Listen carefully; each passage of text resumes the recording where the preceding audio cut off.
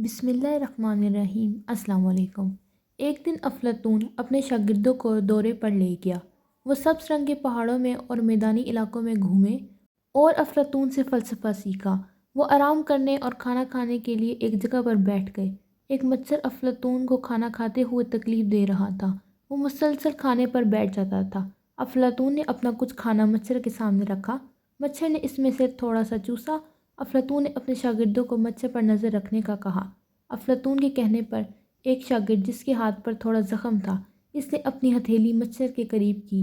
मच्छर वहाँ से उठकर इसके ज़ख़म पर आ बैठा और खून चूसने लगा।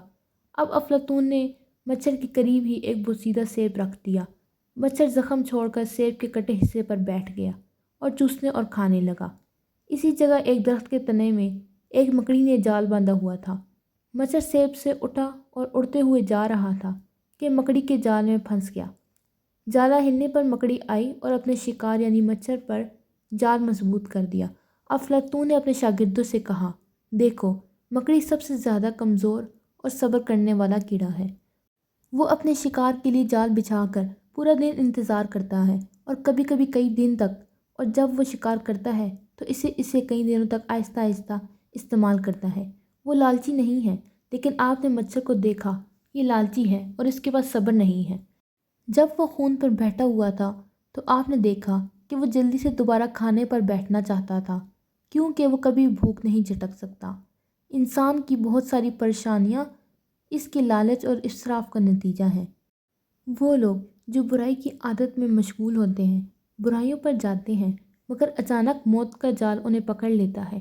ज़्यादातर लोग जो मंशात की स्मगलिंग करते हैं, जब वो पहली बार ऐसा करते हैं तो पकड़े नहीं जाते।